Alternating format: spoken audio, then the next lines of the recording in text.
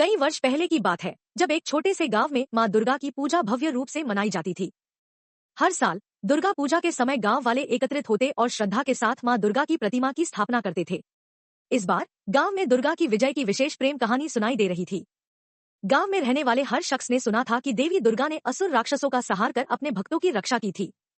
इस विजय के बाद गांव के प्रमुख ने योजना बनाई कि इस साल उत्सव और भी भव्य होगा। उन्होंने हर घर में आमंत्रण भेजा और सभी को अपने घरों में मां दुर्गा का भव्य स्वागत करने के लिए कहा।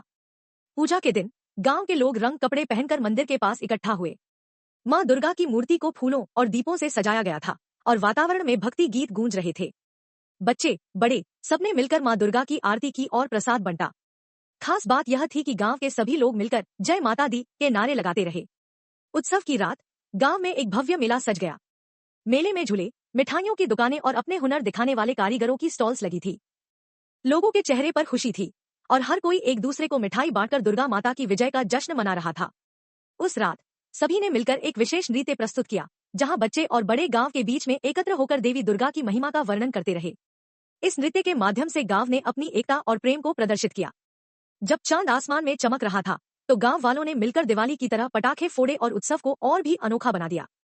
उन्होंने मां दुर्गा के प्रति आभार प्रकट किया कि उन्होंने अपने भक्तों को असुरों से सुरक्षित रखा और गांव को प्रेम और शांति का प्रतीक बनाया। इस तरह मां दुर्गा की विजय के बाद का उत्सव केवल एक धार्मिक समारोह नहीं था, बल्कि यह एकता, प्रेम और सहयोग का उत्सव बन गया। गांव के लोग हर वर्ष ऐसा ही जश्न मनाने की प्रतिज्ञा करते रहे, ताकि मां दुर्गा की विजय की कहानियां सदियों तक जीवित रहें। इस प्रकार मां दुर्गा की महिमा का उत्सव गांव में हर साल मनाया जाने लगा और गांव वाले अपनी श्रद्धा और प्रेम के साथ एक नई कहानी बनाते रहे।